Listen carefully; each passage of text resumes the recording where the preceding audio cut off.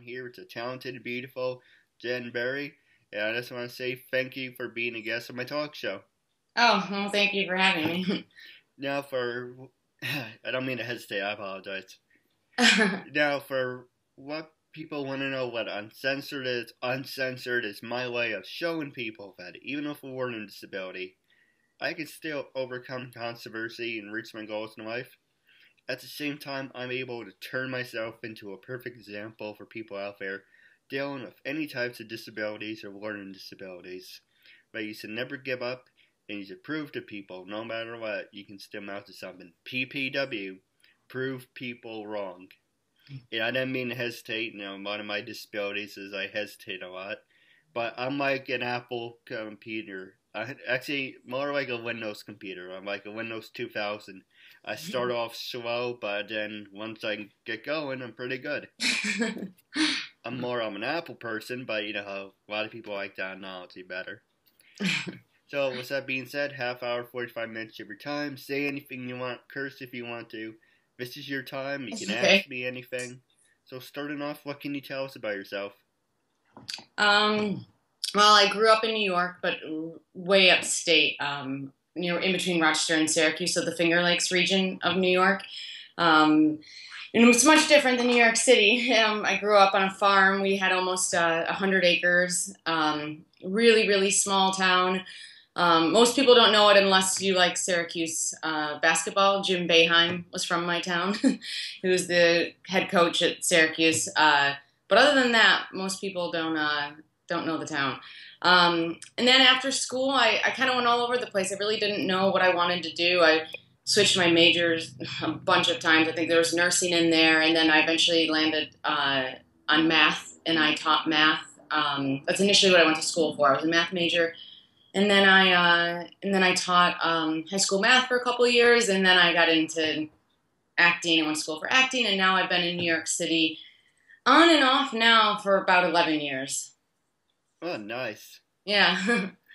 Now, for most people who don't know what Syracuse is, that's an upstate near like Buffalo and Oneonta and Potsdam. Right. But have you ever been to Woodbury Commons? I have. Yeah, so that's not too far north of the city. Yeah, I have. I think twice, because I did a show a couple summers ago in a small town called Ellenville, which is a little, it's like 20 minutes, I want to say southwest or maybe just west of New Paltz. So a couple times when myself and a couple other members of the cast would go up to go back to the show, because it only went Thursday through Sundays, we stopped there a couple times. Oh, that's nice. Well, if you're ever in the New York area again, we should definitely hang out. Yeah. Now, I'm going to ask you some easy questions, then ask you about your career, then some hard-hitting subjects, and you can do the same, like I said, normal conversation. Mm-hmm. Now, when you were growing up, did you ever do any sports? Were you athletic? And when you went to college, were you a study nerd or party animal? Well, growing up, I played tons of sports. That's really all there was to do in our town. Was basically you could get involved in sports, or there was the musical, and there was a couple clubs. But now later in life, talking to kids that will say, "Oh, I played hockey," or I guess we had ski club too, but. There were kids that like, oh, I skied every weekend, or oh, I was part of a debate team. I was like, what? I'm like, who had a debate team in their high school? Like, I just didn't realize. Growing up, we had a couple sports you could play, and that was it. So, yeah, I played soccer, basketball, and track pretty much through all of high school, and then I didn't. I think my senior year, I took a break from both basketball and track. I was just like, this is enough. But the great thing was, you only had. I mean, if they're, on a basketball team, I think we had 6 or 7 players. And sometimes we only had 5. So we just had enough to play the game. So if you wanted to play a sport, you always got to play. So that was really nice. It wasn't one of those cutthroat, like, oh no, I'm not going to make the team kind of things. And then when I went to college, I didn't really party in high school, maybe my senior year, like the occasional party here and there, like I think most kids do. I definitely partied in college. yeah, I wouldn't say I was a bookworm by any means. I definitely like to go out. Now, I'm not actually two easy ones, then we can go over to your acting career. Okay. But going on the subject you mentioned on the debate team, my school had the model UN. So you had kids who say they want to be representatives of, let's see, it's a long time ago, but if I remember correctly, represent the United States, Canada, Oh wow. and all these other different things, and I always wanted to be a part of it. I'm a big fan of Canada. I was like, I want to Yeah, represent I do. Canada. But unfortunately, because I have a learning disability, I was very limited to what I was able to do. I wanted to take acting classes, but the acting teacher was a bitch. Long Yeah. story. I didn't mean to interrupt. I apologize. Oh no, you didn't. Oh man. Well, that's so you didn't end up. Did you take part in any like team sports or any clubs or anything when you were in high school then? Oh, the good news is I got to be in the part of the audiovisual department. Oh, nice. My dad used to make high school yearbook videos. So Oh. back in 2000, basically what it is you take the people's pictures and you do like, I don't know, if there's a Halloween party, if there's a Christmas party, and it's an all year round thing. And at the end, you put it all together. So Oh, instead of nice. having a normal yearbook, it's a video yearbook. Oh, that's so smart. That's a better idea. And Oh, nice. I came up with the idea saying, well, I want to do something like that too. So I took the X-Men. I took, Trish Stratus and Lita and Bret Hart, and I took their pictures and I put music to it. Oh, And nice. Yeah. there was a guy named Mr. Earl who was really nice. I made him nuts, but he was really nice. He showed me how to do what we're doing now with the Yeah. video. I was known as the video guy, Nice. constantly around, running around with the camera. Right. So it got to a point where Keith is here. He doesn't have a camera. Oh, God, yes, he does. He has a camera. He's making video again. So, oh my gosh. Well, you're better than me. I hadn't used Skype in I don't think 6 or 7 years. So I was, and the app wasn't downloaded on the computer this right. morning. So I was like, oh my gosh. I was like, I don't know if this is going to work. And, cause it took me a little bit to set it up, but thank gosh, the test call and everything. If the video or the sound was wrong, I was going to email you and say, unless you can come over my house and set it up for me. I don't know how this is going to work. Technology and I don't really hit it off. yeah, I understand. I usually break whatever I touch. Yeah, exactly. Yeah. Now, do you ever two questions? I just wanted to run past, but I finished my rant, and just not about me. This is about you. But basically, the acting teacher had everyone in my family. She didn't like my oldest brother because he was an ass. He did something to her that he won't say. She didn't like anyone except for my one brother. But when I tried to take acting classes, she just thumbed her nose at me. She's like, I want nothing to do with you. Like, okay, can you at least give me a chance? Let me prove I'm not like everyone else, but I don't have a disability. Just give me a chance. No, I had everyone in your family. I know people like you. That's awful. She was a bitch anyway. So, well, you can still take a class now. Like, you could still... Actually, it's funny to mention that. There was an acting teacher in town, or in Middletown. Yeah. He wanted, 600 in the beginning, and that was season one, semester one. And then he wanted another 1,200 for semester 2. And it's like, that's 2,600. It's kind of like, first off, I have a disability, so I don't have ATM stamped on my forehead. Right. And 2,600, I can do a lot more than that. But if I had it, yes, I would have. But at the time, I don't know. Right. It's all my things to do with. I think I'm doing the right thing with the talk show. And if acting comes around, it's... Yeah, if the right thing comes along, you'll find it and you'll say, oh, this is a group of people I want to work with, or, things cycle around. You might find one that's a good fit for you in the future. Absolutely. Now, the last two easy questions I'm gonna ask you is, Okay. when you were on the track team, did you ever Oh, cause any pileups? And did you ever want to be a professional runner? oh gosh, no. I didn't. It was I don't think I was never a great runner. And again, since it was such a small school, we didn't have a lot of people. So Right. you didn't really even get to choose unless you were really good, unless you were like, hey, I want to be a sprinter and I can prove that I'm really good at that. I wasn't a great runner and I wasn't a good sprinter and I really wasn't great at anything in track, really. So it kind of came down to, oh no, we don't have anyone to do the mile or the 2 mile. Will you do it? And I was like, okay. So normally people are, they're two very different. The mile and the 2 mile are two very different events. And usually, you have two different people doing those, but I did both of them for a while. And it was it was not fun. It was not my thing. That's why I didn't stay with it. Cause then I realized I'm like, well, if I'm just doing it to stay fit, I could just go home after school and be home in 15 minutes and just run 2 miles Right. and be done in, 15, 20 minutes and call it a night. So, no, those were the two I did. I think I did triple jump for a little bit. I think I tried high jump once, but that really scared me. So, yeah, soccer and basketball I was definitely better at. Track was not my thing. Hey, I tried doing the mile run, the mile one, but I always walked it. I'm not the best runner, Right. so I Yeah. used to walk it. It's like, well, why are you even doing this? Well, I like the exercise. Well, Right. at least run. Okay, I tried.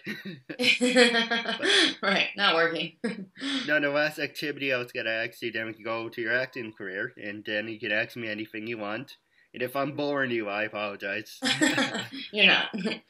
Have you ever gotten a chance to do one of those human pyramids, or are you not a human pyramid girl? Oh, like a gymnastics one, you mean? Yes. No, I actually did gymnastics when I was very little. Maybe for 4 or 5 years. I can't remember how long. Yeah, maybe like first grade to fifth or sixth grade. And then again, because it was a small town, the teacher like closed her little studio, or Yeah. I can't remember why. I think she was starting a family with her husband. And then it was I remember my mom saying, "Well, there's really not anywhere for you to go anymore for gymnastics." That wasn't super inconvenient for her. So yeah, no, I never did that, and I never did any cheerleading or anything like that. So I yeah, love I love that stuff. I know I'm a yeah. loser. Yeah, I love watching the competition, like the cheerleading competitions. Those are pretty intense. Those are yeah, those girls are talented and men. Well, would you ever be interested in doing one, or are you not into that? Oh gosh, now no, now I like preserving my like knees and ankles, and, like staying as healthy as I can. But yeah, maybe 15 years ago, but not now. Yeah, you're never too old to do what you love. Yeah, that's true. That's true. I don't know. Some athletic things, I probably won't be an Olympic skier or anything. So I probably won't take that up. Now I'm gonna ask you. Now I ask you all the easy ones. Now I'm gonna ask you the hard hitting ones. Okay. Now, for people who want to know, you're in a film coming out. Is this going straight to DVD, or is this going to actually be in the movie theater? We just found out within the past couple weeks that there are going to be, I think it's going to be a total of 5 cities. I know for sure New York, LA will be the longest running one. I think they'll play there for a week. Nashville, DC, and then I think, but I'm not positive yet, South Dakota. I actually just talked with Princeton, the producer, yesterday. So I know those 4 cities are definitely confirmed for we'll have a screening in March. But yeah.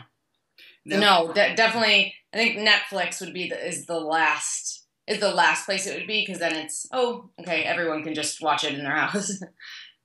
that's true. Like everything's on Netflix now. Daredevil is there. Yeah. Jessica Jones. But for people who want to know what your film is, what's the name of it? Okay. How did you get started in your acting career? And where do you see yourself going? Um, the film was called Alienated. I got started. I did do. We had musicals in high school, so I did those not the entire time, but I think I did 3 or 4 musicals in high school. Um, and then my senior year, when I was a math major, my senior year, it was one of those. It was one of those semesters where I only had 3 classes left that I had to take in order to graduate. So I thought, why don't I take another couple classes just to fill out my schedule and ones that I just have an interest in. So I came across the acting classes and I thought, I haven't done this since high school and I always liked it. I'm like, I'm just going to sign up for a class. And so I took an acting class and a voice class. And then, of course, like a couple of classes in, it was that realization of, oh no, like this is what I want to do. Why didn't I go to school for this initially? So then I kind of did a big switch and then went to school for acting.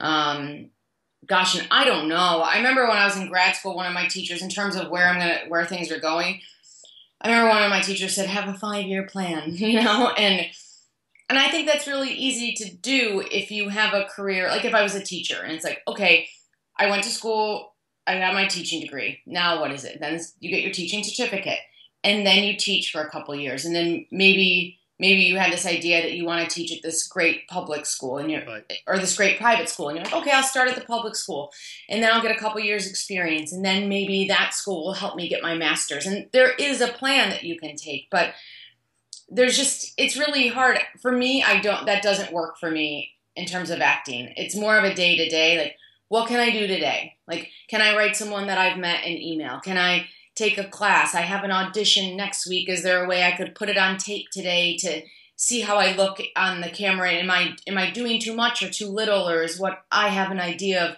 what that character is trying to say? Is that by watching it, am I telling the story that I think needs to be told, or is it because on camera, you think you're doing something and then you watch it and you're like, oh my gosh, I had no idea it was coming across like that.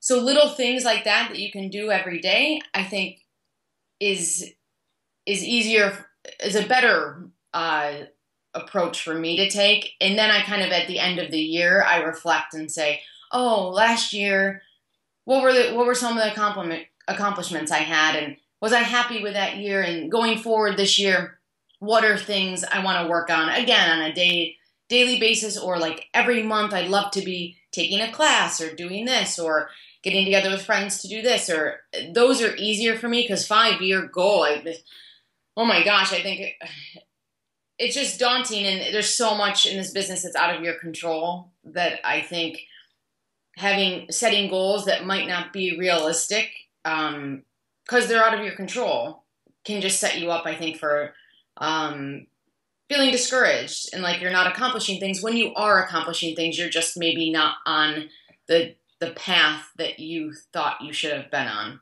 So I've kind of let that whole, where do I see myself or goals go? And I know what I'm doing today and tomorrow. And that's, and I'm starting a class next week. And other than that, I'm, just trying to, keep in touch with people that I've worked with and stay busy doing something. No, absolutely. When I went on job interviews, they're like, where do you see yourself in 5? My dad made a joke of this, what he does when he asks us, where do you see yourself in 5 years? Well, on a beach with a drink in my hand. Right. But I'm like... That's a good answer. I should start saying that. But I'm like, I don't know, let me look at my crystal ball. I just take it one day at a time, Exactly, yeah. Well, what were the answers would you give if someone asks you where do you see yourself in 5 years? What do I say? Yeah.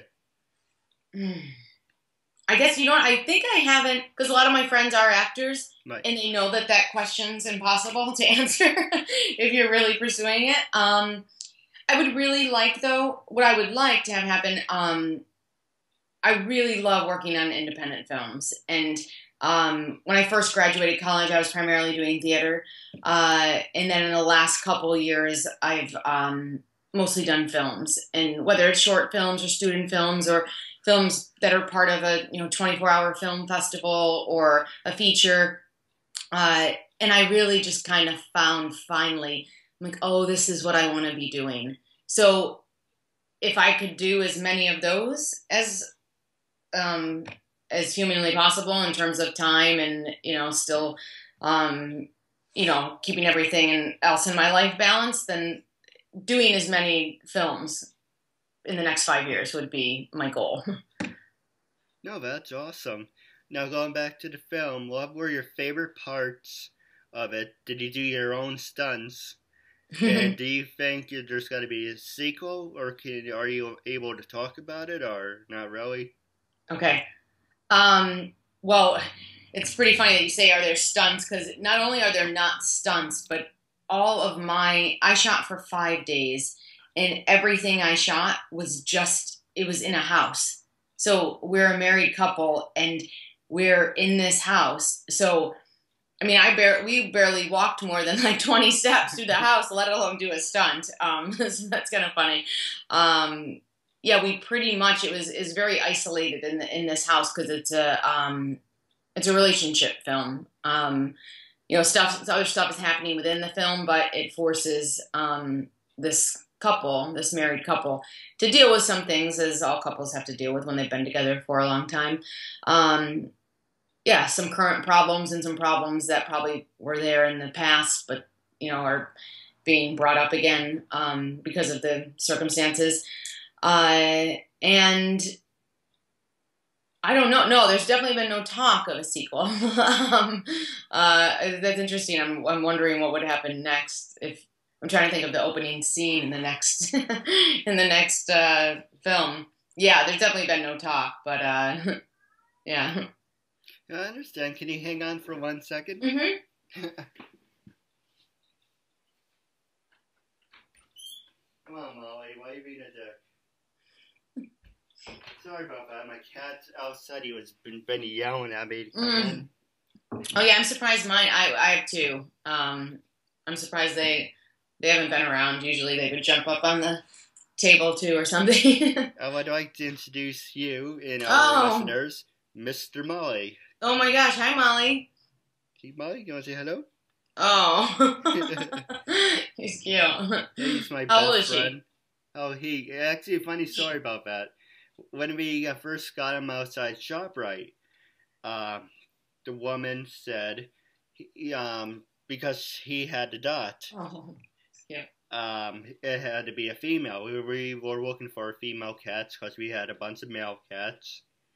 So we went to take him to the vet, and the guys in the vet said, "Oh, you here to pick up Mars?" I said, "No, we're here for Molly." "Yeah, you here for Mars?" "Who the hell is Mars?" Right. And then he picked up the cat, and so I was like, oh, he has a dick. Okay, okay, that makes sense. Oh my gosh. So I guess he's not really a female, so yes, he is a male cat with a woman's name.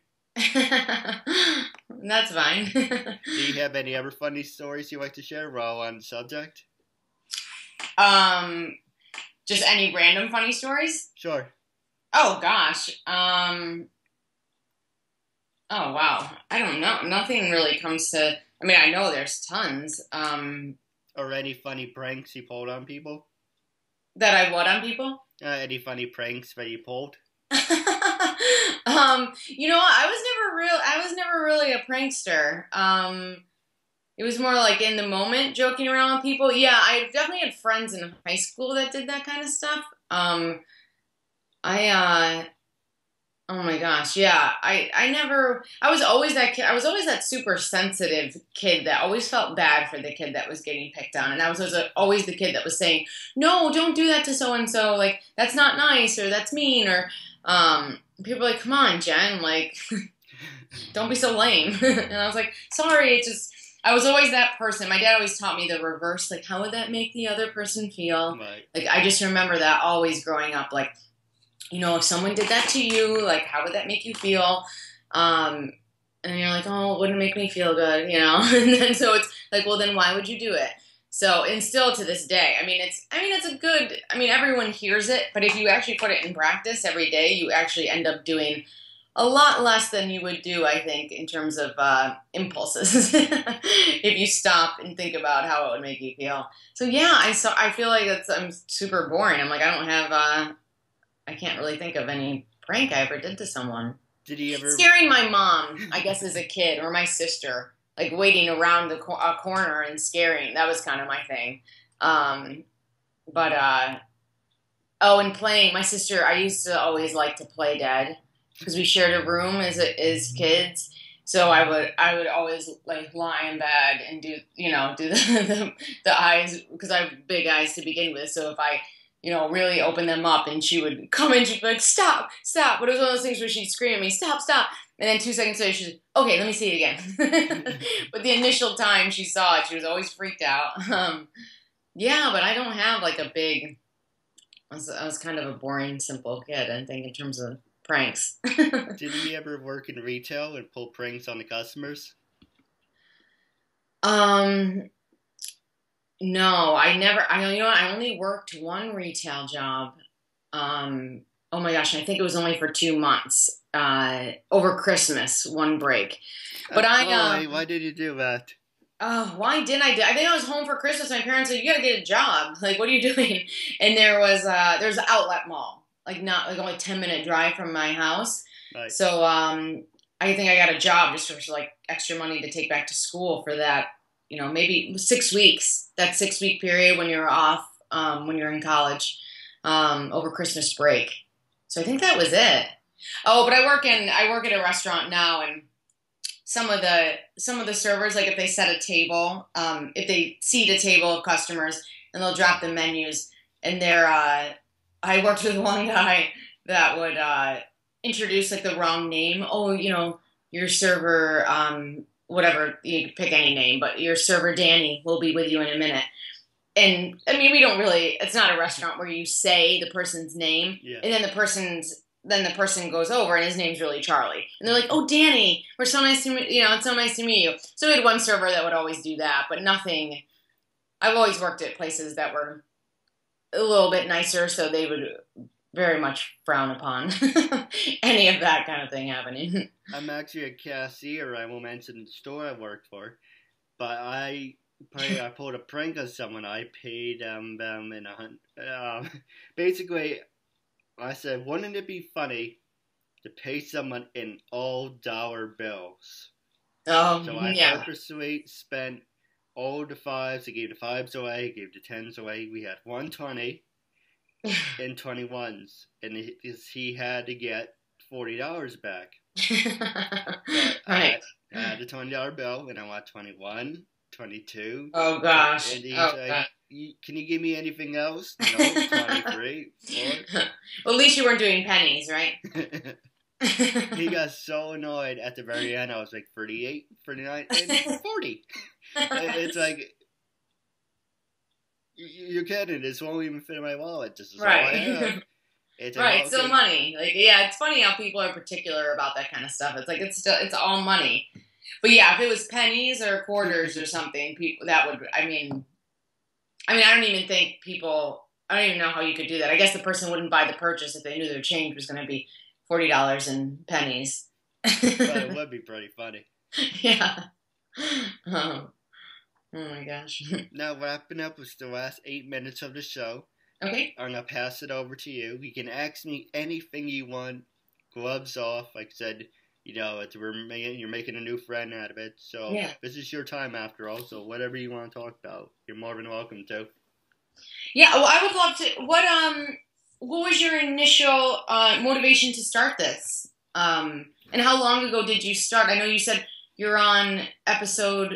It's in the hundreds, right? 200. 286, thanks to you. 286. So when did you do the first one? What was initially, I would be really interested in hearing, was it a thought that you had over time? And then you finally, had the motivation to start it? Or did you wake up one day and say, I know what I'm going to do? And just started that day? Or how did that come? Oh, it's up to you. You hear the long story or want to hear the short story? Well, I mean, what you said, we have 8 minutes. Is it longer than 8 minutes? Otherwise, I'll hear the long story. Well, you have as much time as you like. But Basically, to make a long story short, why not do something special? Well, I don't drink, I don't smoke. Well, if I have to die, I would like to have a couple famous friends. So I was going around asking a couple favorite actors of mine and wrestlers, but I was told, F myself to, to fuck off and say you're a lowlife, you're a parasite, we don't deal with people like you. Oh my gosh. And then I was working in retail, and I got sick out of it. Basically, how we're interacting now, it's basically pretend you're this girl, and it's like, okay, we're talking, yeah. You would go in back, oh, Keith is stalking me, Keith is doing this, Keith is doing that. I would go in the back, I would get yelled at, and as soon as I can't snap my fingers, but as soon as I walk out back on sales floor, oh, we're just screwing with you, we're having fun with you, don't take it so personally, we know you have a disability, but we're just having fun. So this went on about 6-7 months. I had anxiety growing up, but this really brought it out to the extreme where every time I used to work for Woodbury Commons, so I won't mention any stores, but every time I went to the mall, I would first place I would go to the bathroom, I would throw up. Oh my gosh. Or in the parking lot because it was so bad that my anxiety was firing up, I had no control over it. And I don't mean to bitch to you, I apologize. Oh yeah, no, you're not. So it was so bad, and I was forced to resign from my job. Yeah. Took me a year to recover. This was 2007. Took 2008 was a whole year recovering from my stupidity and from the whole incident. And I went to West Point. I was trained as a custodian. I'm now certified to work anywhere in New York State as a custodian. Oh, great. Unfortunately, they never got the contracts, and so I was let go. And 2010 to about end of 2012, I was sitting home doing nothing. I was getting disability money. And I was like, okay, I don't want to do this for the rest of my life. He thinks I'm an ass kisser, but I used one of my siblings as an inspiration. Yeah. And then, one's a school teacher, the other one goes on tour, one's a poetry writer, and everyone in my family had a disability one time or another, but they all overcame it. Yeah. So I used them for an inspiration. Say, hey, you did it. Why do I have to label myself? Why I have to do this? Why I have to do that?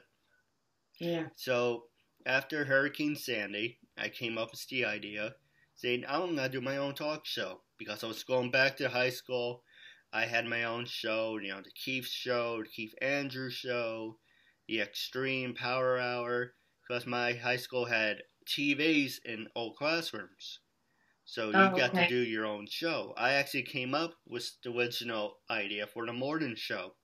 Oh, nice. And unfortunately, I wasn't a part of it. They said, go talk to people. I'm not the same person who I once was, thank God for that. But I didn't know how to approach something like that, so a bunch of other kids took it. It's like, no, we have the morning show. I came up with it. Actually, I came up with it. You did. You're just blowing smoke out of your ass. You didn't come up with anything, Keith. But 2013, I came up, and don't ask me why. It seemed like a good idea at the time. I did 72 phone interviews. And I interviewed people from Mighty Morphin Power Rangers to Dragon Ball Z to Spider-Man and just a couple other people. And people say to me, you have this great format. Why aren't you as big or wink wink bigger than you portray yourself to be? Why don't you have sponsors? Why don't you have demographics or whatever demographics? Well, I'm doing the best I can with a learning disability. Would you like to help me with it? No. If you can't do it yourself, it's not meant to be. This is true. And one guy said, do it over and see where it goes. So officially, end of 2003, beginning of 2004, So season 1, I record people from my phone, so the image from the phone to the camera. Okay. And season 2 was 14 to 15. I had the camera recording the image from the computer.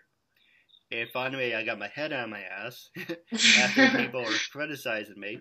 Say, why don't you use Skype Recorder? Why don't you use a video recorder? And that's what I'm doing now in 2016. Nice.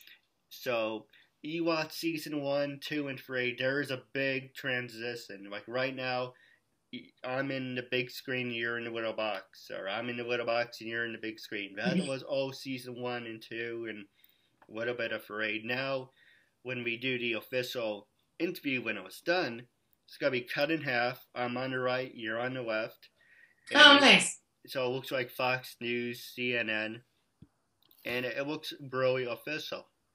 Yeah. So basically, I use a lot of family members as inspirations. I just got tired of using my learning disability as a crutch. Can't do this, can't do this. Can't do this, can't do that, can't go to college. I don't want to be in a group home or be a burden. Screw it. I'm going to show people with a disability I can still mount to something. And with that being said, I used LinkedIn. I used Twitter. Oh, nice, yeah. Facebook. I should have used MySpace at the time, but MySpace, is that still around?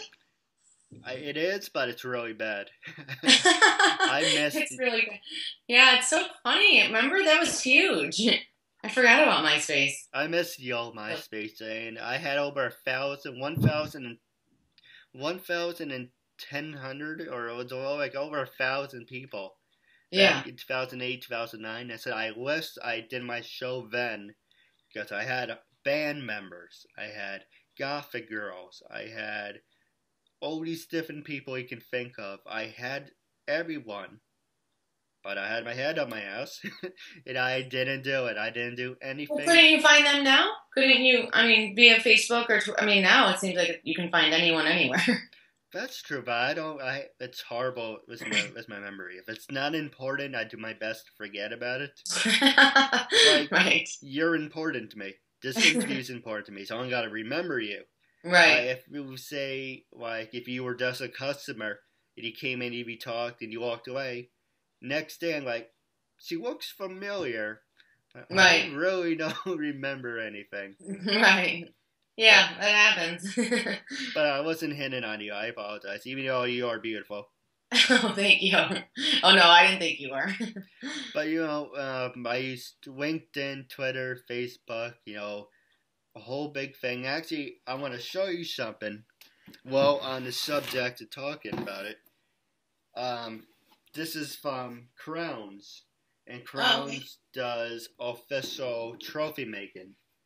And I didn't want to do it now, but for you, make an inception.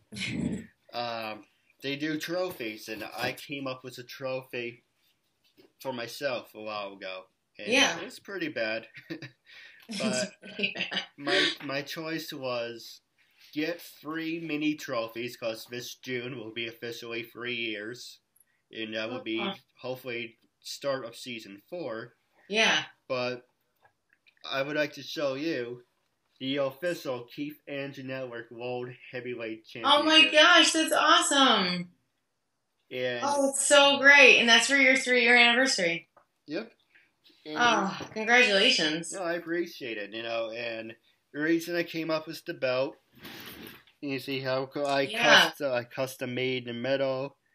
My normal choice. This was my first one.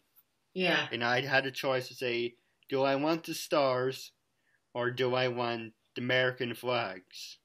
Oh, and I was like, okay, yeah, I am an American, but I think the flags would take away from it. Then I was thinking about the stars, because they're just normal stars. Yeah. And they have the color that I made.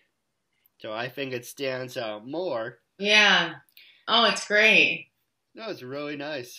Yeah, that's awesome. And when we hang out, I would love to see you hold this, take a picture with it. Yeah, I definitely would. When's the 3-year, the date? June. June. Oh my gosh, how exciting. And I'm also going to debut this. Well, I actually debuted it now, but I'm also going to re-show it on season 4 when I do it. But the point is, I could have gotten 3 mini world trophies, season 1, season 2, Right. season 3. And I saw a wrestling belt. I was like, I am a wrestling fan. And why not do something that I really liked? Yeah. So I saw this, and I said, you know what? That's awesome. A lot of people say that's stupid. It's idiot. I can tell you a funny story about this. I suck at spelling. I can say words, but if you ask me to spell something, not gonna happen because I'm horrible at spelling. So when I first got this, instead of championship, it says chimp and chimp. So my brother and my sister are making fun of me. It says, and my dad said, how much did you pay? And I put on my credit card. That doesn't answer my question. How much did you pay? Okay, fine. $200. Okay, well, that's a $200 big-ass mistake you just did. Because, one, my dad says you can't walk around in public with it because, one, they're going to throw a net over you, think you're from a mental institution. Even though I am going to go Comic-Con with this. It's really cool because I am very proud of it. Yeah, it's great. It's funny that the people that made it wouldn't have said, oh, don't you mean championship? And have called you and said, hey, do you... Yeah, that's what I thought. It's if there's any spelling errors, I thought you guys were going to fix it. So I got chimp and chimp. And my dad's like, that's a $200 big-ass mistake. So I said... Did you have the same company make the new one? Yes. And they didn't say, oh, we're sorry that... They said they tried getting their weaseling their way out of it, saying, well, you did approve it. Yes, I did approve it. But for me, I thought it was okay. But once I said I have a learning disability. And it's like I wasn't thinking, and I thought you guys were going to fix it. Yeah. And so all I had to do was pay for the shipping and handling. Oh, good. They fixed it for free. Oh, good. All right. I was going to say, if they make you pay $200 again, I might get on the phone here in a minute and get your money back. No, I appreciate it. Now, wrapping up, I just want to say it's a real honor, privilege to have your friendship, do an interview with you. And I'm going to ask you one hard-hitting question before we go. Yeah. But as we're going on the record now, because a while ago, people tell you a personal thing. People who do the interview may say, you're doing a wonderful thing, A couple of weeks later, a month later, they would randomly come out of the woodwork and say, I want my interview taken down, or I want it set to private. And it didn't bother me in the beginning. It would say, I want it set to private, I want it set to private. But after the 6th person, I'm kind of like, what is this? I can't use the interview, and it's good PR for me, good PR for you, because you're helping a kid who's mentally challenged and has a disability, reaches dreams. Right. Good PR for yourself because, okay, I am a charity case, if you want to look at it like that. But it's good charity that you're doing. But you're saying you don't want to do it. And the part pissed me off is, yeah, my agent said to me, you are degrading, you're a liar, you're a hypocrite, you are putting this whole persona on, and you're not really like that. And I swear to God, I am what you say. Yeah. I'm a sweetheart. I can be a big pain in the ass, but I'm a sweetheart. Well, you didn't show that side today yet. But maybe you will in the next, 120 seconds. But if we do a follow-up. But, just the fact that you guys say, you want nothing to do with me, my agent says take it down, you're degrading. I want your honest opinion. So like Bill O'Reilly says, going on the record. And all credit goes to the factor, but I'm a big Bill O'Reilly fan. So going on the record, I want your honest opinion. When I first approached you, when your friend told you about me, when we first started the interview and up to this point, what is your honest feedback of me? And you can say anything you want. This is your time. Be completely honest. Well, right from the start, my friend said this is an amazing guy, and he's really great. I think you should talk to him. And I was like, awesome. And then you're on your game. Like some people contact you and say, hey, I want to meet, or oh, I want to do this. And then you never hear from them. Or 6 months later, they're like, hey, are you still ready to meet? And it's like, well, I haven't heard from you in 6 months. You, every time we were in contact, you're like, hey, does this week work? Hey, great. Then I'll in touch base with you Sunday. You got in touch with me Sunday. You said, add me to Facebook. This is my name. Great. Like, you're on your game. And so I was like, oh, this guy is serious about what he's doing, and he's passionate, and he's not messing around. We're going to meet. We're going to talk at 12 o'clock exactly today. You said, you sent me, hey, and now we're talking. And it's been nothing but a great conversation, and you seem passionate about what you're doing, and you love what you're doing, and you've overcome so many challenges. I would be shocked that someone wouldn't want to keep an interview up. I mean, I know people get into the agent, and it's, you know, maybe it's too long, or maybe it's not the way you want to sell yourself, but yeah, I think what you're doing is great, and I'm so happy that you asked me to be a part of it. No, absolutely. And I going on the record, do you support it? 100%. Yeah, it's amazing what you're doing. No, I appreciate it. Now, wrapping up, how can your fans and our fans follow you on social media? Are you on LinkedIn, Facebook, Twitter, MySpace, if that's still a thing? Right. Well, clearly I'm not on MySpace because I forgot that it was even out there. I might still have an account, maybe. Yes, I'm on Facebook. The film is on Facebook, Alienated. I have my own website, just my name, jenburry.com. I said my IMDb. I don't do Twitter. I set up an account once just because I wanted to sign up for a class at a place, an improv class, and the only place they announced their classes was Twitter, which made me a little mad, but I signed up for Twitter. But there's too much. Right? I can't do it. I don't do the Twitter or the Instagram because I don't really take a lot of pictures. But yeah, Facebook, I'm on LinkedIn. Like I said, Alienated, my own website. There's a lot of ways.